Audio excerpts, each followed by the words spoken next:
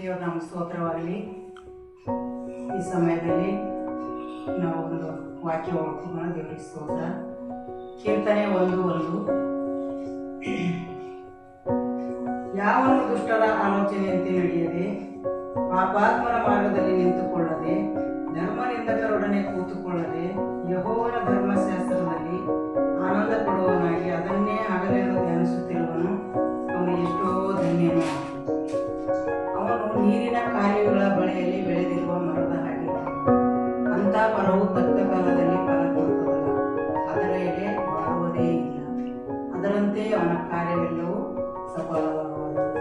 ಮಕ್ಕಳೇ, ದೇವರಿಗೆ ಸ್ತೋತ್ರ. ವಚನ ಏನಂತಂದ್ರೆ, ಯಾವನು ದುಷ್ಟರ ಆಲೋಚನೆಯಂತೆ ನಡೆಯದೆ, ಪಾಪಾತ್ಮರ ಮಾರ್ಗದಲ್ಲಿ ನಿಂತುಕೊಳ್ಳದೆ. ಅಂದ್ರೆ ಯಾರು ದೇವರ ಮಕ್ಕಳು ಯಾರು ಅಂತ ಕೆಲಸದಲ್ಲಿ ನಿಂತ್ಕೋಬಾರ್ದು, ಯಾವ ದುಷ್ಟ ಕಾರ್ಯ ಕೆಲಸದಲ್ಲಿ ಹೋಗಬಾರ್ದು. ದೇವರ ನಾಮ ಸ್ತೋತ್ರವಾಗಲಿ.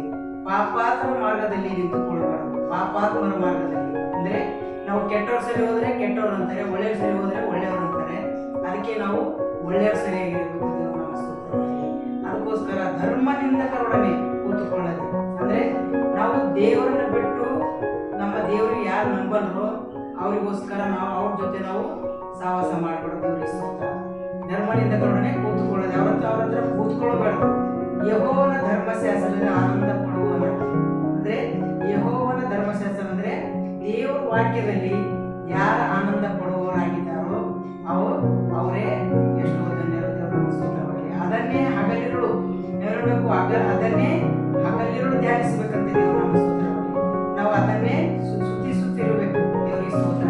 ಅದಕ್ಕಾಗಿ ಅವನು ಎಷ್ಟೋ ಧನ್ಯನಂತ. ದೇವರಿಗೆ ಸ್ತೋತ್ರ. ಹಗಲಿರುಳು ನಾವು ಧ್ಯಾನಿಸುತ್ತಿರುವಾಗ ನಾವು ಎಷ್ಟೋ ಧನ್ಯನೆನಿಸ್ಕೊತೀವಿ. ಅವನು ನೀರಿನ ಕಾಲುವೆಗಳ ಬಳಿಯಲ್ಲಿ ಬೆಳೆದಿರುವ ಮರದ ಹಾಗೆ. ಅದು ಆ ಮರ ಹೇಗಿರ್ತದಂದ್ರೆ, ನೀರಿನ ಕಾಲುವೆಗಳ ಬೆಳೆದಿರುವ ಮರ ಹೇಗಿರ್ತದೋ ಹಸುರಾಗಿರ್ತದೆ. ಯಾಕಂದ್ರೆ ಅದು ನೀರಿನ ಬಳಿ ಇರೋದ್ರಿಂದ ಅದೇನಾಯ್ತದ, ಹಸುರಾಗಿರ್ತದೆ. ಯಾಕಂದ್ರೆ ಅದು ಹಗಲ ರಾತ್ರಿ ನೀರು ಮುಂತಾ ಇರ್ತದ, ಅದಕ್ಕೋಸ್ಕರ ಅದು ಮರ ಹಸುರಾಗಿರ್ತದ. ಅಂಥ ಮರವು ತಕ್ಕ ಕಾಲದಲ್ಲಿ ಫಲ ಕೊಡುತ್ತದಲ್ಲ, ಅಂದ್ರೆ ಅದು ಎಲೆ ಬಾಡುವುದೇ ಇಲ್ಲ. ಯಾಕಂದ್ರೆ ಅದು ಮರ ಎಲ್ಲಿರ್ತದೆ, ನೀರಿನ ಹತ್ರ ಇರೋ ಕಡೆದು ಅದ್ರ ಎಲೆನೂ ಬಾಡೋದು, ಮತ್ತೆ ಅದು ಸರಿಯಾಗಿ ಸಮಯ ಏನ್ ಮಾಡ್ತದೆ, ತಕ್ಕ ಸಮಯದಲ್ಲಿ ಫಲ ಕೊಡ್ತಾನೆ ಇರ್ತದೆ. ದೇವ್ರ ನಮ್ಮ ಸ್ತೋತ್ರವಾಗಲಿ. ಅದರಂತೆ ಅವನ ಕಾರ್ಯವೆಲ್ಲವೂ ಸಫಲವಾಗುವುದು. ದೇವ್ರ ನಮ್ಮ ಸ್ತೋತ್ರವಾಗಲಿ. ಅದಕ್ಕಾಗಿ ನಾವು ಈ ವಾಕ್ಯ ನಮ್ಮ ಜೀವಿತದಲ್ಲಿ ಆಗಲಿ, ಇನ್ನೊಬ್ಬರ ಜೀವಿತದಲ್ಲಿ, ಅನೇಕ ಮಕ್ಕಳ ಜೀವಿತದಲ್ಲಾಗಲಿ ನಾವು ಈ ಒಂದು ಜೀವಕರ ಒಂದು ವಾಕ್ಯ ನಾವು ಕೈಕೊಂಡು ಆ ಒಂದು ವಾಕ್ಯದಲ್ಲಿ ನಾವಿದ್ರೆ ಸದಾಕಾಲ ನಾವೇನಾಗಿರ್ತೀವಿ, ನಮ್ಮ ಮುಖಗಳು ಬಾಡೋದಿಲ್ಲ, ನಮ್ಮ ಮುಖಗಳಲ್ಲಿ ವಿಕಾರವೇ ಕಾಣಿಸೋದಿಲ್ಲ. ಯಾಕಂದ್ರೆ ಜನ ಎಷ್ಟೇ ಊಟ ತಿಂದ್ರು ಅವ್ರ ಮುಖದಲ್ಲಿ ಆ ಕಳೆ ಬರಲ್ಲ. ಯಾಕಂದ್ರೆ ಈ ನೀರು ಕುಡಿಬೇಕು, ಜೀವಕರದ ನೀರದ ಇದು ನೀರು. ಈ ನೀರಿನ ಬಗ್ಗೆ ನಾವಿದ್ರೆ ನಾವು ಯಾವಾಗಲೂ ಹಸರಾಗಿ ಕಾಣಿಸೋದಿವ ನಮ್ಮ. ಅದಕ್ಕಾಗಿ ನಮ್ಮ ಮುಖದಲ್ಲಿ ಇದ್ದ ಪ್ರಕಾಶ ಬರ್ತದೆ. ದೇವರಿಗೆ ಸ್ತೋತ್ರ. ಅದಕ್ಕಾಗಿ ನಾವು ಯಾವ ಕೆಟ್ಟ ಆಲೋಚನೆ ಮಾಡದೆ, ಕೆಟ್ಟ ಮನುಷ್ಯರ ಜೊತೆ ತಿರುಗದೆ ನಾವೇನು ಮಾಡಬೇಕು, ನಾವಾಗಲಿ ಇಡೀ ಪ್ರಪಂಚ ಇರೋಂಥ ಪ್ರತಿಯೊಂದು ಮಕ್ಕಳಾಗಲಿ ಎಲ್ಲರೂ ದೇವರ ಸನ್ನಿಧಿಯಲ್ಲಿ, ದೇವರ ವಾಕ್ಯದಲ್ಲಿ, ದೇವರ ಪ್ರಾರ್ಥನೆಯಲ್ಲಿ ಬೆಳೆದಂತೆ ಅವರಿಗೋಸ್ಕರ ಪ್ರಾರ್ಥನೆ ಮಾಡೋಣ. ದೇವರಿಗೆ ಸ್ತೋತ್ರ.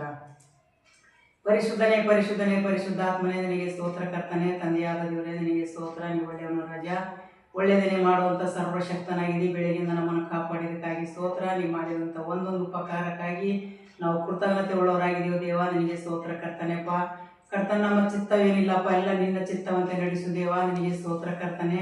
ಅಪ್ಪ ನಿನ್ನ ವಾಕ್ಯದಲ್ಲಿ ಪ್ರಾರ್ಥನೆ ಹೆಚ್ಚಾಗಿ ಬೆಳೆಯುವಂತೆ ಕರ್ತನೆ, ನೀರಿನ ಕಾಲುವೆ ಬೆಳೆದಿರುವ ಮರದ ಹಾಗಿರುವಂತೆ ಪ್ರತಿಯೊಂದು ಮಕ್ಕಳ ಜೀವಿತದಲ್ಲಿ ಕರ್ತನೆ ಈ ವಾಕ್ಯಗಳು ಕರ್ತನೆ ಜೀವಕರವಾದ ವಾಕ್ಯಗಳು ಪ್ರತಿಯೊಬ್ಬರಲ್ಲಿ ಅಳವಡಿಸಿಕೊಂಡು ಜೀವಿಸುವಂತೆ ಸಹಾಯ ಮಾಡು ದೇವ.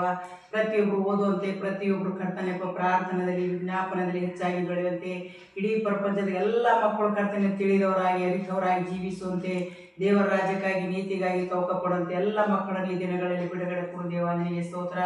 ಯಾರು ದುಷ್ಟ ಕಾರ್ಯಗಳಲ್ಲಿ, ಅಂಧಕಾರ ಶಕ್ತಿಯಲ್ಲಿ ನಡೆಯದೆ ಕರ್ತನೆ ಪಾಪಾತ್ಮರ ಮಾರ್ಗದಲ್ಲಿ ನಡೆಯದೆ ಕರ್ತನೆ ಪ್ರತಿಯೊಂದು ಮಕ್ಕಳಿಗೆ ಈ ದಿನಗಳಲ್ಲಿ ಒಳ್ಳೆ ಮಕ್ಕಳಾಗಿ ಜೀವಿಸುವಂತೆ, ಸಾಕ್ಷಿ ಮಕ್ಕಳಾಗಿ ಜೀವಿಸುವಂತೆ ಸಹಾಯ ಮಾಡು ದೇವ.